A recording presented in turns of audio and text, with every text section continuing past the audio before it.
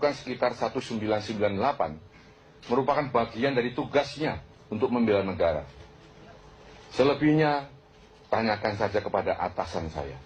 Ya. Sebagai Panglima ABRI saat itu, Bapak adalah atasan dari Pak Prabowo. Terus terang masyarakat menunggu penjelasan dari Bapak. Nah, ini banyak yang bertanya kepada saya. Saya nggak ikut perdebatan, tapi ikut terlibat nama saya di sana. Dan harus menjawab. Ya, kalau tidak saya jawab, ada sesuatu yang hilang dari perdebatan itu. Maka di sini saya memberikan penjelasan secara normatif begini. Ya. Penculikan itu atau aksi penculikan oleh oknum, ya saya katakan oknum, ya Kopassus Angkatan Darat, itu dilakukan pada medio Desember tahun 1997 sampai dengan Maret 1998. Pada saat penculikan berlangsung, Panglima ABRI-nya waktu itu masih Jenderal Purnawirawan almarhum sekarang, Faisal Tanjung. Nah, pada saat bulan Maret, 7 Maret tepatnya, pada saat kasus itu harus dibongkar, terungkap, diusut, saya kebetulan sudah mengganti sebagai Panglima ABRI. Dengan demikian, waktu kasus itu terjadi, panglimanya masih yang lama, waktu pengusutan, panglimanya yang baru, saya. Saudara sekalian, saya koordinasi dengan Pak Faisal Tanjung waktu itu. Saya tanyakan kepada beliau, Pak, apakah Bapak pernah memerintahkan untuk menculik? Apakah Bapak pernah memerintahkan untuk melakukan aksi-aksi represif? Beliau mengatakan tidak. Tidak pernah saya. Begitu. Betul-betul tidak pernah. Saya pun mengatakan saya juga tidak pernah. Saya melanjutkan kebijakan ABRI waktu itu menghadapi mahasiswa, aktivis, demonstran dengan cara-cara persuasif, dialogis, komunikatif, bukan dengan cara-cara represif. Cara-cara kekerasan dan represif hanya digunakan apabila terpaksa dan betul-betul atas perintah Panglima. Itu. Ya, dengan demikian maka saudara-saudara sekalian, ya, tidak ada kebijakan dari pimpinan TNI atau pimpinan ABRI yang ekstrim waktu itu untuk memerintahkan melakukan penculikan, tidak ada.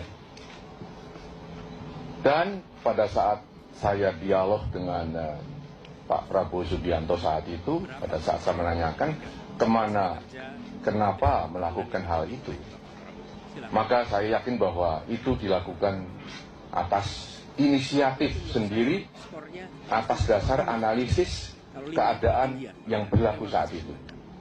Ya, ini ada di Kompas juga sudah ditulis. Ini sudah saya laporkan juga kepada Pak masyarakat. Jadi bukan hal baru ya. Mungkin bagi wartawan yang waktu itu masih umur 5 tahun ya, sekarang nggak tahu ini. Tapi ini ada ya, di sana dianggap ini hal yang baru. Ini jelas hasil analisis pribadi, bukan perintah Panglima ABRI, bukan perintah atasan beliau. Ini supaya jelas ya. Kembali tadi ini hanya pembenaran dari apa yang sekarang simpang siur itu. Ya.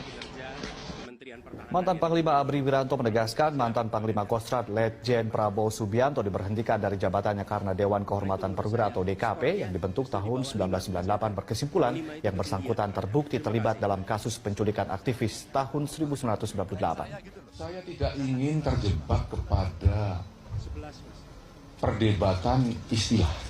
Ya. Saya tidak ingin saling mengotot hanya mempermasalahkan istilah. Dengan hormat atau tidak dengan hormat, diberhentikan atau dipecat. Saya akan mencoba untuk masuk di wilayah normatif, kausal, normatif sebab akibat. Seorang prajurit, seorang militer berhenti dari dinas keprajuritan pasti ada sebabnya. Karena itu menurut saya skornya justru di bawah 5, Mas Ganjar. Diberhentikan dengan hormat, sebabnya karena sudah habis masa dinasnya. Karena cacat akibat operasi, sehingga tidak bisa melanjutkan tugas. Karena sakit kronis, sehingga tidak bisa melanjutkan tugasnya. Atau karena atas permintaan sendiri dan diizinkan oleh atasannya, maka dia berhak untuk berhenti dengan hormat. Di sisi lain ada berhenti tidak dengan hormat. Karena apa? Karena melanggar sabta marga, sumpah prajurit, etika keprajuritan, melanggar undang-undang, melanggar hukum yang berlaku di Indonesia. Diberhentikan tidak dengan hormat. Maka tatkala Pak Prabowo Subianto waktu itu sebagai Letnan Jenderal, sebagai Panglima Kostrad, nyata-nyata oleh Dewan Kehormatan Perwira telah dibuktikan bahwa beliau terbukti terlibat dalam kasus penculikan, ya, maka tentu diberhentikannya itu sesuai dengan norma yang berlaku. Dengan demikian maka tidak dengan hormat sudah tidak lagi relevan untuk kita perdebatkan, ya, karena sudah jelas bahwa sebabnya jelas, berhentinya jelas. Terpulang kepada masyarakat untuk membuat istilah yang bagaimana. Tapi itu yang penting. Jangan terjebak kepada istilah, tapi kita masuk kepada